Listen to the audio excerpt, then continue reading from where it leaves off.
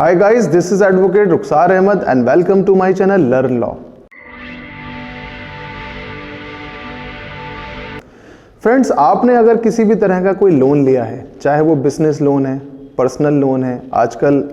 Credit card को swap कराकर लोग उसमें से भी कैश ले लेते हैं, या आपने कोई शॉपिंग की है शॉपिंग मॉल में जाकर या कहीं से भी और उसका ड्यू आपके ऊपर है। लोन लेने के बाद एक सबसे बड़ी टेंशन ये होती है कि हमें लोन को चुकाना है। आपकी ईएमआई है, सपोज 12 महीने की है, 14 महीने की है, 2 साल की है, 5 साल की है।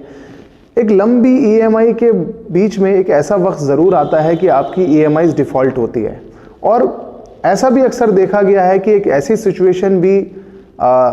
लोन लेने वाले को फेस करनी पड़ती है कि जिसमें वो ईएमआई पे ही नहीं कर पाते हैं। 2-2, 4-4, 5-5, 6-6 महीने वो ईएमआई पे नहीं कर पाते हैं, और उसके बाद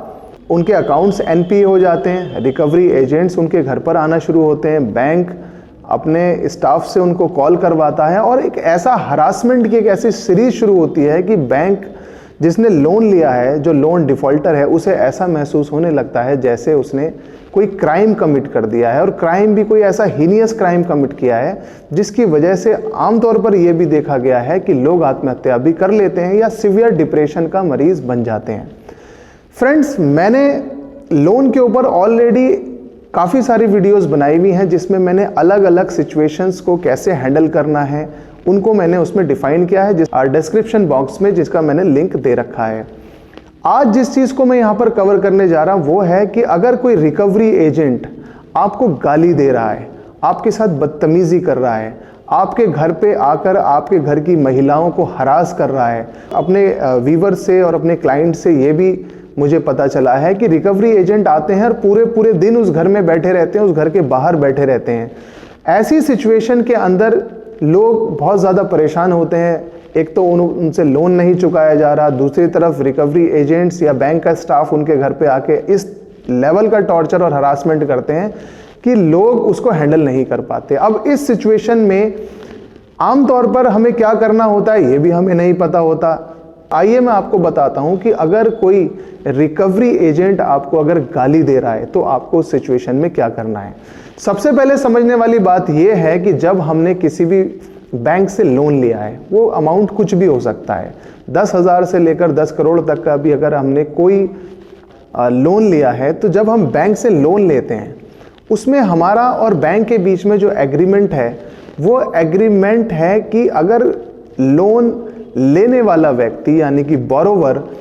लोन को डिफॉल्ट कर देता है तो बैंक उसमें ड्यू प्रोसेस ऑफ लॉ के साथ उससे पैसा रिकवर कर सकता है। ड्यू प्रोसेस ऑफ लॉ क्या है? मान लो किसी व्यक्ति ने लोन डिफॉल्ट कर दिया है, लोन डिफॉल्ट करने के बाद 1 महीना, 2 महीना, 3 महीने तक वो पैसे नहीं दे रहा है तो बैंक उसको कॉल करेगा, उसके घर पर वो विजिट करने का भी राइट रखते हैं ताकि पैसा ले सकें। अगर वो पैसा विजिट करने से और कॉल करने से नहीं आ पा रहा है तो बैंक आपको अपने एडवोकेट के थ्रू एक लीगल नोटिस सर्व करते हैं। लीगल नोटिस सर्व करने के बाद भी अगर आप पैसा नहीं दे रहे हैं तो बैंक आपको कोर्ट के अंदर केस फाइल करके सम्मन कर सकते हैं, और फिर उसमें एक प्रोसीजर है जिसमें जज साहब दोनों पक्षों को सुनने के बाद किसी भी पक्ष के विरुद्ध या फेवर में केस का फैसला सुनाते हैं। फ्रेंड्स, ये ड्यू प्रोसेस ऑफ लॉ है, लेकिन आजकल बैंक्स बहुत ज़्यादा स्मार्ट हैं क्योंकि हमारे यहाँ इंडिया के अंदर हमारा जो क्रिमिनल प्रोसीजर सिस्टम है या हमारा जो प्रोसीजरल सिस्टम है वो इतना लेंदी है। एक एक दिन में 100-100, 150-150 केसेस रिकवरी के या अलग अलग तरह के केसेस बैंक्स के कोर्ट्स के अंदर लिस्टेड होते हैं, जिसमें अगर छोटी से छोटी तारीख भी कोर्ट के अंदर होती है तो 3 महीने, 4 महीने, 5 महीने, और दिल्ली जैसे मेट्रोपॉलिटन शहर के अंदर देखा गया है कि 8-8 महीने तक की भी तारीख पड़ती है। इस ड्यू प्रोसेस ऑफ लॉ को फॉलो करने में बैंक को